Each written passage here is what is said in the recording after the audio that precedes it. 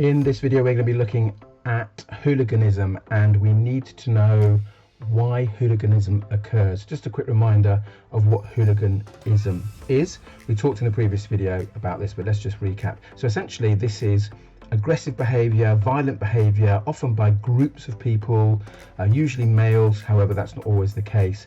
And the groups represent, perhaps in this case, we're going to talk about football clubs and supporters of football clubs. So it's violent acts, it's aggressive acts, which often cause damage to property and can be very, very serious in terms of injury to individuals and people as well, etc. So reasons for hooliganism, we can see we've got 5 or 6 different points that we need to know about.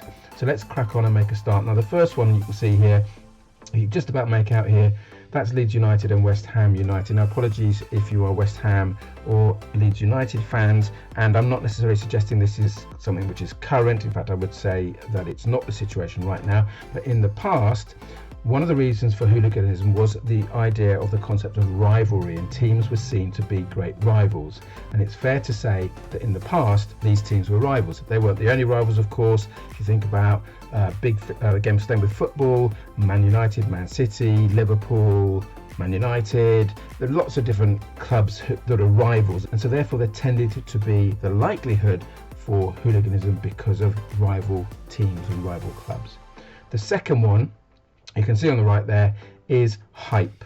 Now this is potentially or partly because of the media hyping up, and what hyping up means is making a big deal, shining a lot of attention on the significance of a match, and this often tied in with rivalry as well. Oh, the big game Man City v Man United, or the big game Liverpool v Man United.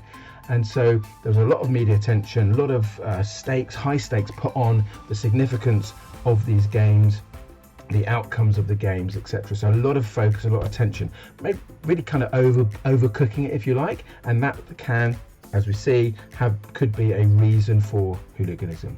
The next one, hopefully those bottles there tell a story of itself, but hooliganism, remember, this is aggressive behavior. It could well be as a result of misuse of alcohol, drinking too much alcohol, and possibly the use of drugs as well. So that can release your inhibitions, and therefore people might behave in a way that they might not ordinarily do because they're under the influence of alcohol. As I say, that might fuel and lead to hooliganism.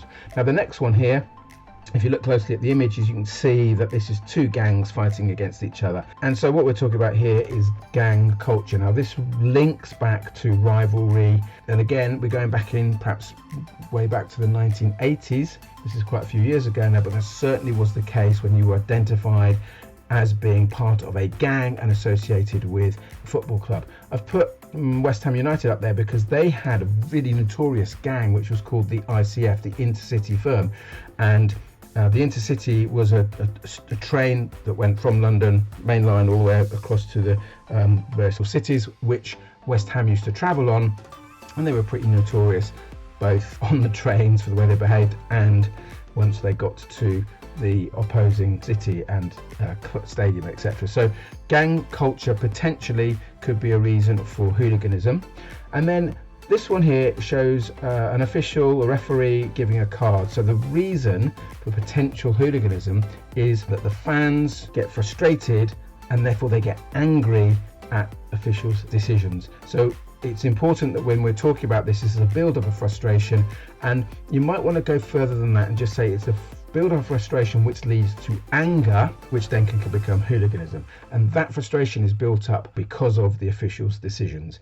And then the last one here, you've got the muscle being shown here. So this is a point which it refers to or is about the display of masculinity.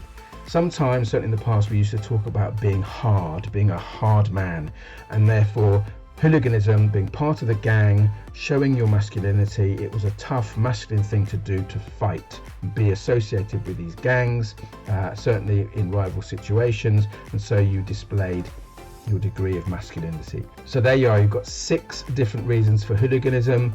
Make sure you know what they are, make sure you're able to explain a little bit about each as I've done, and then you'll be really well set up if you get a question like this in your exams.